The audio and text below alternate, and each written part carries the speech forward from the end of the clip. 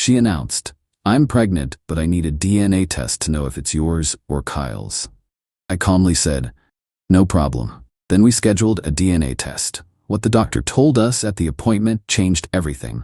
I, 31 male, was making breakfast when my girlfriend Reese, 28, dropped the bomb. "I'm pregnant," she said, holding a pregnancy test.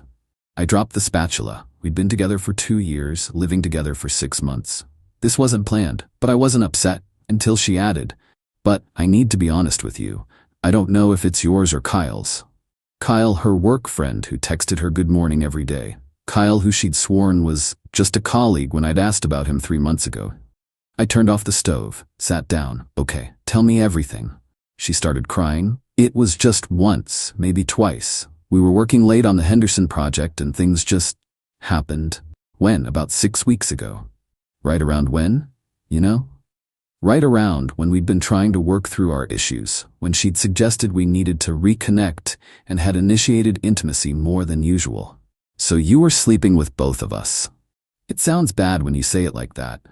"How should I say it?" She got defensive. "Look, I'm trying to be honest here. I could have just not told you." "You're right," I said calmly. "Thank you for telling me. Let's schedule a DNA test." She looked surprised. "You're not mad?" "Oh, I'm furious. But getting emotional won't change anything. When can we do the test?" "Well, we have to wait until I'm at least 9 weeks pregnant for the blood test, or after the baby's born." "Blood test it is. Make the appointment." She hugged me, crying about how understanding I was, how she knew I'd be an amazing father, how this mistake didn't change how she felt about me. I hugged her back. Then I went to the bathroom and threw up. That afternoon, while Reese was at work, I called my brother Ethan, he's a nurse. "Hey, quick medical question. Can you do a prenatal paternity test at 6 weeks?" "Yeah, but it's not recommended until 9 weeks for accuracy." Why? I told him everything. "Dude, leave. Now, I want to know first, why? If it's not yours, you leave. If it is yours, you still leave because she cheated. It's not that simple." "It's exactly that simple." But I had a plan. See, Reese thought I was some pushover. The safe guy who'd raise another man's kid without question. She was about to learn differently.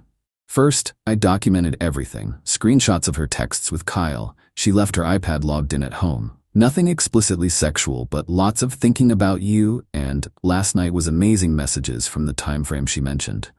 Second, I called Kyle. "Hey man, it's Reese's boyfriend. We need to talk." He hung up immediately. Called back 5 minutes later. "Look, I didn't know she had a boyfriend." "Really? Because she lives with me." "She said you were roommates." "Did she also tell you she's pregnant?" Silence. "It might be yours," I added. "What? No. No way. We used protection." "Every time?" More silence. "I can't have a kid right now. I'm getting married in 4 months." "You're engaged?" "Yeah, to Aria. We've been together 5 years. And you're sleeping with Reese?" "It was a mistake. Just a couple times." "A couple?" Reese said once or twice.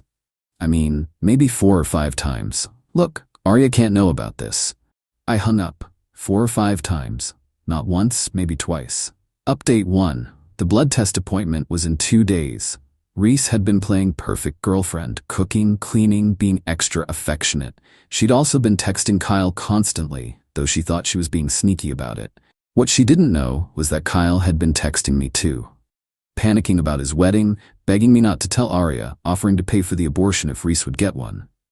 Yeah, he was a real prince. The night before the appointment, Reese sat me down. "I've been thinking," she said, "maybe we don't need the test." "Why not?" "Well, even if it's Kyle's, you're the one who's here. You're the one who loves me. Biology doesn't matter." "It matters to me." "That's so old-fashioned. Lots of men raise kids that aren't biologically theirs. By choice, with full knowledge, not because they were lied to." She started crying. "Why are you being so cold about this?" "I'm not cold. I'm practical. We need facts before making decisions." "Fine. But when this test proves you're the father, I expect an apology for not trusting me." The audacity. She cheats, admits the baby might not be mine, but I need to apologize for wanting confirmation. The next morning, I called in sick to work, told Reese I had an important meeting. Instead, I drove to Kyle's workplace.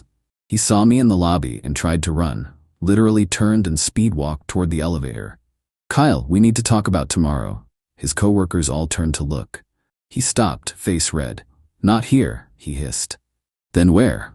You won't answer my calls. We went to a coffee shop across the street. He was sweating bullets. I'll sign away rights, he said immediately. If it's mine, I want nothing to do with it. What about Reese? What about her? She's your girlfriend, who you slept with, multiple times. She said you guys were basically broken up. We lived together. She said that was just for convenience, that you were moving out soon. More lies. I was starting to see a pattern. Show me the texts where she said that. He pulled out his phone, scrolled for a bit, then showed me. Screenshots don't lie. Reese had been telling him for months that we were basically roommates, that I was emotionally absent, that she was planning to leave soon. She'd been setting up her backup plan. If things worked out with Kyle, she'd leave me. If not, she had good old reliable me. I'm sending these to myself, I said, forwarding the screenshots. Please don't tell Arya. I'm not your relationship manager, Kyle, but you should tell her yourself. He left looking like he might puke. Good. Update 2. We went to the appointment together. Reese held my hand in the waiting room, playing the nervous, expectant mother. The nurse called us back, took Reese's blood, then turned to me for my sample. Oh, the nurse said, looking at her chart. Mr. Davidson? We already have your sample from last week. Reese's head snapped toward me. Last week? Yeah, I said casually. I came in early to save time today. That was a lie. But Reese didn't know that. The nurse looked confused but professional. I don't see any record of. Could you check again? Maybe under my full legal name? She typed something. Oh yes, here it is. Must have been a filing error. God bless medical professionals who can read a room. Reese was suspicious but couldn't say anything without looking crazy. After the blood draw, the doctor came in. Dr. Martinez, an older woman with kind eyes. So we're doing a prenatal paternity test today? Yes, Reese said quickly, just to be sure. I see. And Mr. Davidson, you're the potential father? One of them, I said clearly. Reese kicked me under the table. Dr. Martinez raised an eyebrow. One of them? There's another potential father, Kyle Morrison. He couldn't make it today. He doesn't need to be here, Reese said. It's definitely one of you two. Actually, Dr. Martinez said, for the most accurate results, we should test all potential fathers. Kyle's not available, Reese said quickly. That's strange, I said, pulling out my phone. He texted me saying he was on his way. Reese went pale. You invited Kyle? We all need answers, right? 20 minutes later, Kyle showed up looking like he was walking to his execution. His fiancée Arya was with him. The waiting room got very uncomfortable. What is she doing here? Reese demanded. I told her everything, Kyle said quietly. She deserves to know. Arya looked at Reese with pure disgust. You're the home-wrecking piece of trash who's been sleeping with my fiancé? I'm not a home-wrecker. I didn't know about you until when? Because Kyle says you've known for months. Dr. Martinez intervened. Perhaps we should all calm down. Mr. Morrison, we'll need your blood sample as well. As Kyle got up to follow the nurse, Arya called out. By the way, Reese, I'm pregnant too, 3 months. So congratulations, you might have given my baby a half-sibling. The look on Reese's face was something I'll never forget. Update 3.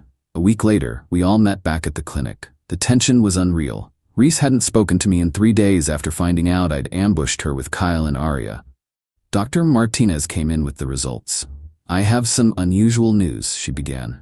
Just tell us, Reese snapped. Mr. Davidson, you are not the biological father. My heart dropped, even though I'd suspected it. Mr. Morrison, you are also not the biological father. Wait, what? Everyone started talking at once. Reese was screaming about faulty tests. Kyle was demanding a retest. Arya was laughing hysterically. However, Dr. Martinez continued, raising her voice, there's more. The room went silent. Miss Thompson, when we ran your blood work, we discovered something. You're not actually pregnant. What? Your HCG levels indicate what we call a chemical pregnancy. You were pregnant very briefly, but it wasn't viable. Your body has already miscarried. The pregnancy tests you took at home were likely during the brief window when HCG was present. Reese broke down sobbing. But I had symptoms. Morning sickness. Stress and anxiety can mimic pregnancy symptoms, Dr. Martinez explained gently. So there's no baby? Kyle asked, looking relieved. There's no baby. But the paternity test, I started. We ran it on the fetal DNA present in her blood from the non-viable pregnancy. Neither of you are the biological father of that pregnancy. Meaning there was a third guy. Reese was sobbing. Kyle was stunned. Arya looked at me with something like pity. Who else, Reese? I asked quietly. I can't. Who else? It was just, there was this guy at the conference in March. It meant nothing. March, 3 months ago. When she'd gone to a work conference that I now suspected wasn't entirely about work. Anyone else? She just cried harder. In the parking lot, Kyle tried to talk to me. Man, I'm sorry about all this. Save it for Arya. Arya surprisingly came over to me. You okay? I will be. For what it's worth, you handled this with more class than I would have. I'd have burned everything down. Day's not over yet. She actually smiled. Good luck. They left together, Kyle trailing behind her like a beaten dog. Reese was waiting by my car. Can we please just go home and talk about this? You can go home. I won't be there. You're leaving me? After I just lost a baby? You cheated with at least 3 different men. You lied about everything. And you tried to make me raise another man's child. I thought it was yours. I hoped it was yours. Hope? You hoped? She tried to grab my arm. Please, I need you. I can't do this alone. Then you should have thought about that before you did it in the first place. I got in my car and left. She called me 36 times on the drive home. I didn't answer once. Final update. It's been 2 weeks since the clinic disaster. Here's where everyone ended up. Reese is living with her sister Mira. She tried to spin the story on social media about how I abandoned her during a miscarriage, but that backfired when Arya commented with the full truth. Reese deleted all her socials after that. She showed up at my work last Monday, making a scene about how I was heartless and cruel. Security removed her. My boss, who'd heard the whole story through office gossip, told me to take the rest of the week off paid. Nobody needs that kind of drama, he said. Kyle and Arya are somehow still together. She's making him go to counseling, and from what I heard through mutual friends, he's basically on probation for life. She made him quit his job to get away from Reese and any other temptations. He now works at his father-in-law's plumbing company. Karma. The conference guy? Turns out his name was Derek, and Reese had been texting him too, hoping he'd leave his wife for her. He blocked her when she told him about the pregnancy scare. But here's the real kicker. Remember how I said I had a plan? Well, 2 days before the DNA test, I'd already signed a lease on a new apartment. I knew, regardless of the results, I was done. The test was just about getting closure and making sure I wasn't on the hook for child support. The morning after the clinic, I moved out while Reese was at her sister's. Took everything that was mine, which was basically everything since she'd moved into my place. Left her clothes, her makeup, and the couch she'd bought from a garage sale. She came home to an almost empty apartment and a note. Rent's paid until the end of the month. After that, it's your problem. She tried to contest it, saying I'd illegally evicted her, but she was never on the lease. She was just a guest who'd overstayed her welcome. Her sister Mira actually reached out to apologize. Turns out Reese had been bragging to her about juggling multiple guys, calling me her safety net, and Kyle her fun option. Mira had told her she was being horrible, but Reese had said I'd never find out. She's always been like this, Mira told me. Even in high school, she'd date the nice guy while hooking up with the bad boys, then play victim when it blew up. I'm sorry you got caught in her tornado. Last I heard, Reese was on dating apps, looking for her next safety net. Her bio says she's looking for a real man who can handle a strong, independent woman. The delusion is strong with that one. As for me, I'm in therapy, working through the trust issues this whole mess created. My therapist says I handled it better than most would have. You stayed calm, got facts, and protected yourself legally and financially. That's impressive. It doesn't feel impressive. It feels like survival. But I did learn something valuable. When someone shows you who they are, believe them. And when they tell you you're pregnant with a baby that might not be yours, run a DNA test. On everything. My buddy asked if I regret not giving her another chance. Another chance to what? I asked. Cheat with 4 guys instead of 3? Lie about 5 things instead of 10? Nah, I'm good. You don't think people can change? Sure they can, but Reese doesn't think she did anything wrong. She thinks she's the victim. Hard to change when you can't even see the problem. He bought the next round. Oh, And the best part, last week I got a text from an unknown number. Hey, this is Derek's wife. I heard you were Reese's boyfriend. Can we talk? Turns out Reese had been sending Derek pictures and messages even after the conference. His wife found them. She wanted to compare notes. We met for coffee. She brought receipts, literal receipts, from the conference hotel. Room service for 2. Champagne. The works. My husband said it was one drunk night, she said, but you don't order room service for a one-night stand.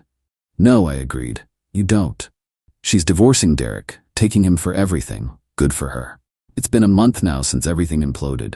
I'm in my new place, which is smaller but quieter. No drama, no lies, no mysterious texts at 2 a.m. Just peace.